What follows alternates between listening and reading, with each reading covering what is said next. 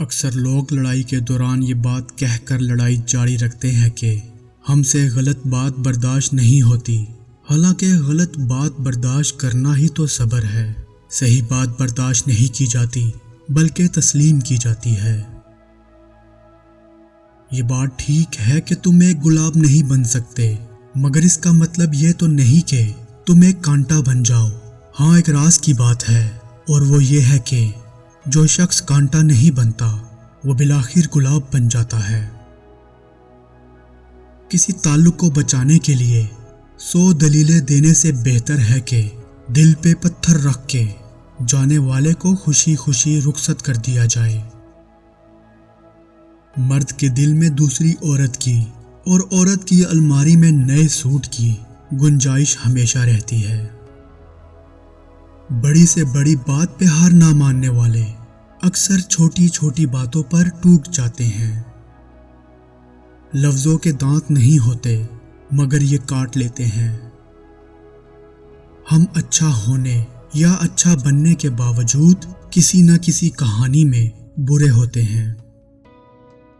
وقت سے پہلے اور قسمت سے زیادہ کبھی نہیں ملتا۔ جتنا ملے قبول کر لینا چاہیے، ہو سکتا ہے یہ بھی ہماری اوقات سے زیادہ ہو۔ ہم تو گناہ گار سے بندے ہیں، اس کا فضل تو ہر وقت ہمارے عیب چھپاتا ہے۔ جس معاشرے میں سب چلتا ہو پھر وہ معاشرہ مشکل سے ہی چلتا ہے۔ فقط ایک عورت کو دیکھ کر اپنا ایمان کھو دینے والی قوم کے نوجوان اپنے بنیادی حقوق کے حصول کے لیے ایمانی طاقت کہاں سے لائیں گے؟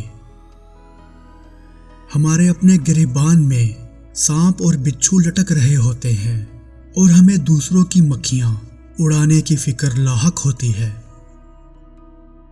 لوگ اپنی گفتگو سے اگر غیبت، بہتان اور تہمت نکال دیں تو باقی صرف خاموشی رہ جاتی ہے، جو کہ ایک بہترین عبادت ہے۔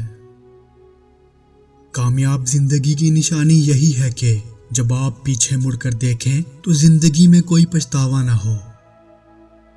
ہم کسی سے جب رشتہ توڑتے ہیں تو اس کی کوئی نہ کوئی وجہ ضرور ہوتی ہے۔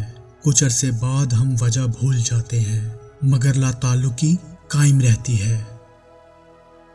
لوگ اچھی سیرت کی بجائے اچھی صورت کو ترجیح دیتے ہیں۔ نیکیاں کرتے جاؤ، دریا میں ڈالتے جاؤ۔ جب کبھی زندگی میں طوفان آیا تو یہ نیکیاں کشتی بن جائیں گی۔ ایسا بھی ہوتا ہے کہ خدا ہمیں پھولوں کا ٹوکرا دینے کے موڈ میں ہوتا ہے اور ہم صرف ایک پھول کی ضد لگا کر بیٹھے رہتے ہیں۔